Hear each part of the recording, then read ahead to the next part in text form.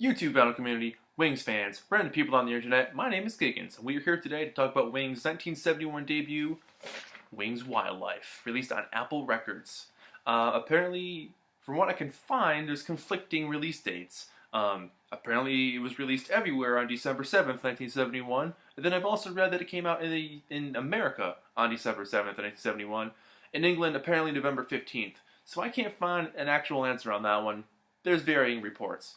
Basically, Wings was the band that Paul had after the Beatles. There we go. And that's the end of our review. So, he wanted to start over again. He had done his first couple of albums, the first one, McCartney in 1970, then Ram in 1971, which was credited to Paul and Linda, which is the only album credited to that.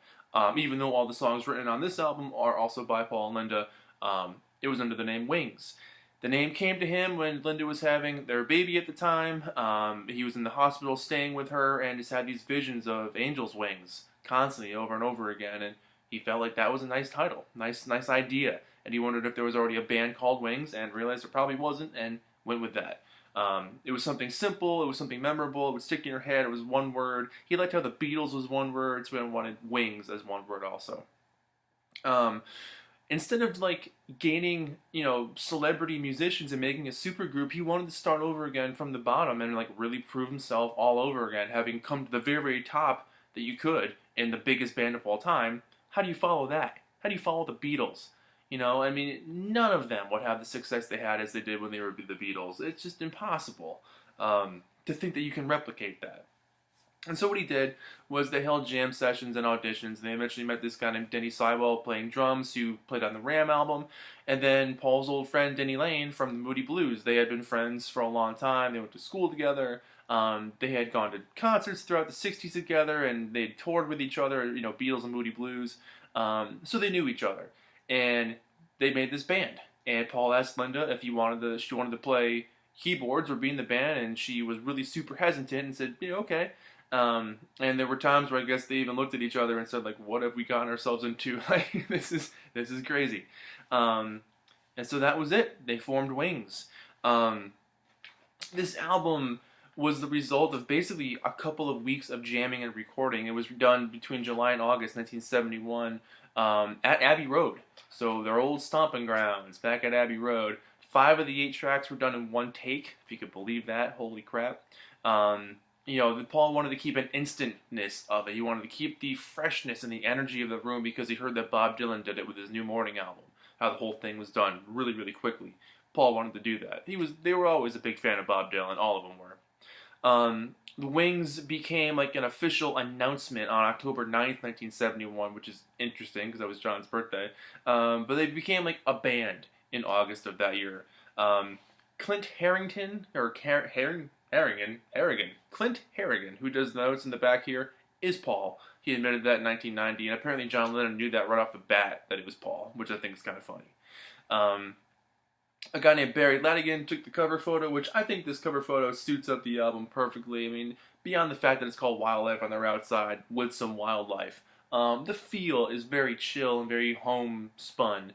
A very loose, lo-fi album, you'd call it now. But at the time, this was extremely perplexing to people, especially his solo albums at this point had been. Especially with McCartney and Ram. Not so much with Ram, I'd say. Ram was a little bit more of a production than McCartney was, and this was even less of a production than Ram was, and maybe even more so than McCartney. I don't know. But you gotta remember, this is the same guy that wrote Side 2 of Abbey Road. This is the same guy that helped write Sgt. Pepper, and, a lot of Rubber Soul. This was the same guy. And so for a lot of people, they had this expectation of absolute greatness, and nothing less would be sufficient. But this came out anyway, and totally took people off guard. And for years, this album has been regarded as either his worst album, nothing really to gain from this thing. Rolling Stone, when this album came out, actually called it flaccid, which I think is a hilarious choice of words. But yeah, so when this band came out in 1971, Paul and Linda were having their next baby, and when Linda was in the hospital, Paul wanted to stay with her, and while he was staying with her, he had these visions of angel wings, and realized that Wings is a good name. It's simple, it's short, it's like the Beatles, it was one word, it's catchy, it's memorable. Let's go with Wings, that's the name of the group.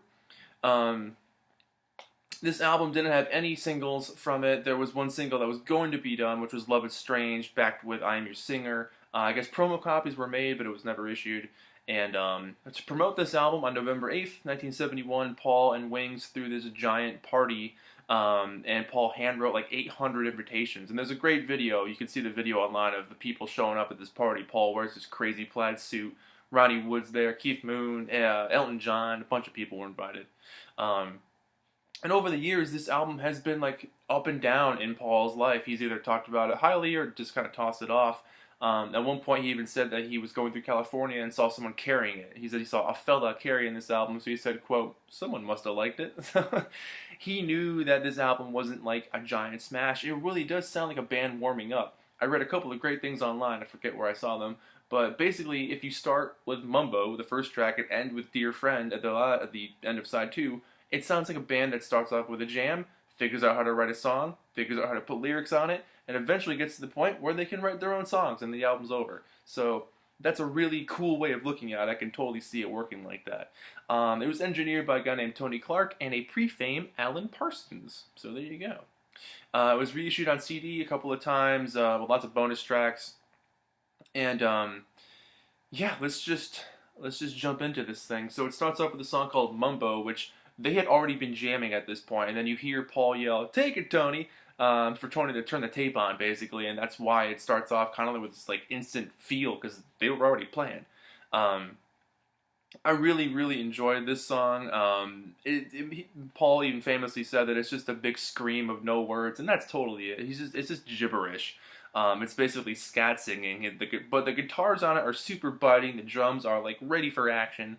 The ooze and the peppy organ. The whole thing captures the essence of a group of people just getting together and seeing what happens. And it's kind of fun to hear that. It's fun to hear Paul be completely loose, having come from such a strict, I wouldn't say strict, but such a disciplined form of songwriting with the Beatles, and especially by the time you get to Abbey Road or Let It Be.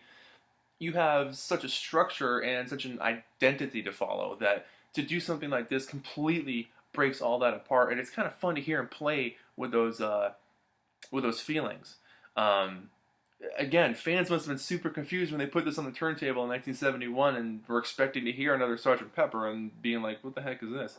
Because you got to remember too, John was putting out like Imagine, and George put out All Things Must Pass. Even Ringo put out his Ringo album. That thing's freaking great. So to hear like the prominent Beatle put out something like this with a song called Mumbo, which is just him blabbering gibberish and screaming at the top of his lungs, it must have been like, what the heck is this? What do we make of it? But the alive electricity on this song really transcends the 40-odd years this thing's been out. So I think it's pretty fun. Bip Bop is this like slide Delta blues-ish style guitar with lots of like bendy strings. Paul's voice in this song is like super gruff and gritty and sort of like evil sounding. The way he sings, "Put your hair in colors," like it's really cool. It's super like, I don't know, not even Cockney, but some sort of, lower class British accent, which I think is hilarious. I could be getting that wrong, but that's the impression I got from watching Monty Python. It's basically just more jamming. There's lots of nice tambourine flourishes, really simple bass line. It's just a pleasant song, and I think because of its repetitiveness, you can tell that they kind of got the point, which is them laughing at the end, which I think is kind of cool. But it's definitely like a chill head bobber of a song, really not too offensive. Love is Strange is a popular 50s song. If you've seen Dirty Dancing, you've seen that scene where they dance along to that song. But Linda was a huge reggae fan. She really got Paul into the reggae music as well. And that influence here, and obviously their love of 50s music from growing up in the 50s, combined the two, and they came up with this really cool version of Love is Strange. I think it's actually a really decent cover. It's really not too bad. It's got a good playful bass, shuffling hi-hat work to, have that reggae influence in the drum pattern. The guitars are kind of woozy. They almost sound like they're drunk.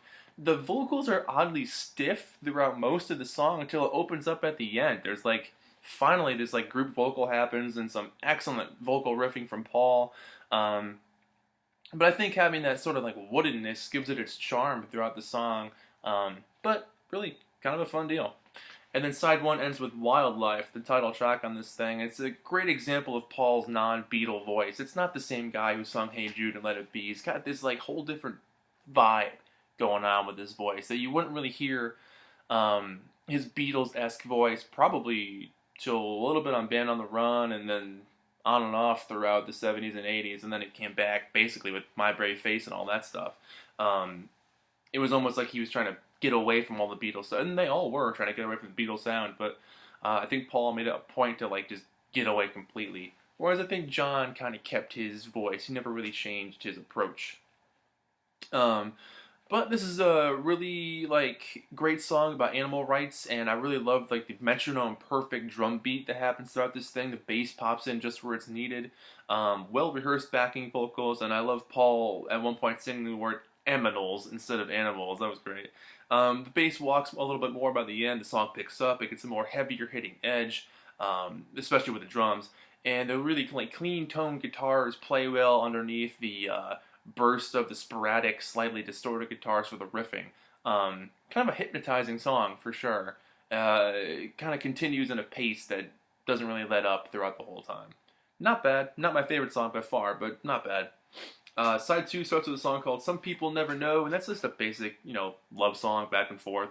Really nice acoustic feel, though. I love the catchy, slightly descending melody that happens throughout this thing, and it plays with the minor and major chords really well. I like that feel a lot. That really works with them nicely. The harmonies are super well executed. The steady drum shuffle on it keeps the whole thing moving along in a real upbeat, sort of peppy fashion. And it really accents the piano and the bass. I love that a lot. I think it's a great song. Probably the most song-ish song on the album so far. And there's a really interesting George Harrison-ish slide guitar solo in there, which I thought was pretty cool. I Am Your Singer. Linda takes a lot of leads on this one, and I think she sings great on this song. I really do. I love the guitar echo effect. I love the really tight drum sound on this thing. Great chords, great melodies. It's got a nice flute solo, and I really like the carefree sort of charm on this one. You can tell it was like they did it sort of off the cuff, and I kind of like that approach. Then there's something called Bit Bop Link, which is basically, it's not listed on the album, but it's known as the link section basically of Bit Bop, where it's just like another riffing on that theme, on that melody, on that motif, for lack of a better term. But the guitar sounds like it's going through some sort of filter, which is cool. And then it leads into the song Tomorrow, which I think is one of the best early Paul McCartney solo songs ever. It's an absolute underrated gem, if you ask me. Just a really polite, sweet, tender song about hanging out with the one you love on a nice sunny day, going out doing whatever you feel like. There's no rules. It's just carefree. You're having a good time. You're young. You're in love. It's fun. There's no responsibilities. It's just a great track. It's some people want to fill the world with silly love songs. What's wrong with that? And the last song on here, Dear Friend, it's basically Paul singing to John saying, hey, can we just stop this bickering back and forth in the press of all places? Like, can we just stop this and be friends again and talk about it? Really, it's painful, it's soul-bearing, and it's super honest. And I think Paul's vocals on this song really, really transmit that extraordinarily well. The ominous piano on this thing is really like melancholic.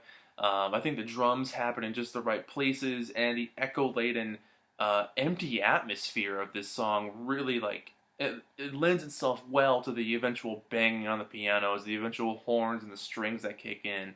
The build-up that happens throughout this song is really, really emotional. You really get to feel kind of what Paul's going through. And it's funny to even think about, because this album started off as this like meandering riff rock thing with, mumbo. And then you end with this song that's so personal and so honest. For me, I really think ending it with this thing is a great way to end this album, because you kind of start with a band that's warming up and then eventually getting to the end. So it's almost like a concept album. Let's go with that. Here's a back cover. Real simple. Cool little drawing down there. Wings Wildlife. And let me show you the labels are great. So this was on the Apple Records label, but it was the first album to not use the Apple Granny Smith apple on here. So Side 1, you got a picture of Paul taken by Linda, and side 2, you got a picture of Linda taken by Paul. So yeah, overall, I think this album has gotten a unfair assessment over the years. I don't think it needs to be judged as harshly as it's been judged. But that hindsight is 2020. I mean, if I had been alive in 1971 and had been a Beatles fan the whole time and heard this, I probably would have been like, "What is Paul smoking? Like, what's going on here? Like, what the hell, man?" Like, you know, McCartney had a couple of good songs, and then Ram had some great songs, and then what's this? But hindsight being what it is, this is a band warming up. It just happened to be recorded and released as an album. Whereas a lot of other people would have recorded it and be like, all right, well, we'll use that bit for this, and we'll get an idea for this riff here, and be inspired by that, and we'll work on this, we'll tweak that. They just put it out. I think that's a super gutsy move, to be like, here's my new band, here's us literally warming up. You're here at the very beginning, you're going to be here with us throughout the 70s, this is it. You get to see the beginning of a band. You know, I don't think Paul, throughout most of his solo career, has gotten the credit that he deserves for basically the lo-fi approach that he went with. You know, it's just coming out more and more these days. More people appreciate Ram, more people appreciate McCartney. But this album, I still feel like doesn't get the credit that it deserves. I think it's a fine little album. I don't think it's meant to be Abbey Road. It's not meant to be Band on the Run. It's meant to be a simple little thing you put on the background and either love it for what it is or like, it's not too bad. It's by far not the worst thing he's ever made. That's left to some other things, but I don't know. I really dig this album. I think it's a lot of fun. It's been in my collection for a very long time. And it's a real unique piece of his discography, if you ask me. So, for someone to have been in his position, to be such a humongous musical celebrity, putting something out like this, this is a horrible comparison. But take someone like Justin Timberlake or Bruno Mars, who have this really big sound, this big production sound. Everything is perfectly laid out, and they're super famous, and they're on top of the world, and then they put out an album of them screaming and riffing and just jamming with their friends and said, "This is my new album." You have to imagine people who were buying their albums would have been like, "What the heck? Like, we wanted to hear another whatever Bruno Mars song there is, you know?" And then they got this instead. So like that, just to make it a little more current, you know, so to get the idea across. You know, he was the celebrity of then. So, I don't know. I think this album's cool. It's definitely not my favorite album he ever made, but I like the vibe. I like the atmosphere. I like the lo-fi aesthetic. The probably unintentional lo-fi aesthetic, but you're here at the beginning. He's saying, here we are. Here's Wings. Here's Wildlife. You're here at square one. Come with us on the journey. Red Road Speedway won't be that great, but Band on the Run, just you wait. So that's it. My name is Giggens. This has been Album Reviews with Wings, Wildlife. I'm going to give this thing like a 7.